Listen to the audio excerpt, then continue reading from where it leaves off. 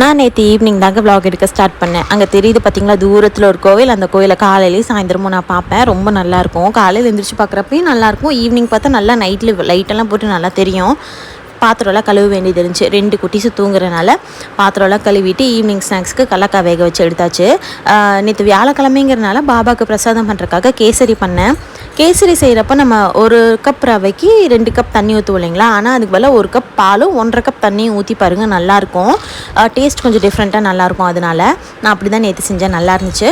அதுக்கப்புறம் நானும் என் ஹஸ்பண்டும் குட்டி பாப்பா முழிச்சிட்டா அவளை வச்சுட்டு சாமி கும்பிட்டுட்டு ஈவினிங் வந்து என் ஹஸ்பண்டுக்கு டீ இருந்தே ஆகணுங்க கண்டிப்பாக. அதனால் அவருக்கு டீ வச்சு கொடுத்துட்டு நான் கொஞ்சமாக டீ குடிச்சிட்டு கடலக்காய் சாப்பிட்டேன். அப்புறம் அது தேர்ந்துருச்சு. அப்புறம் அவளை கூட்டிகிட்டு வந்து கொஞ்சம் நேரம் வெளியில் காத்தோட்டமாக வச்சுருந்தேன். நல்லா வேடிக்கை பார்ப்பேன். நான் கீழே விட மாட்டேன்.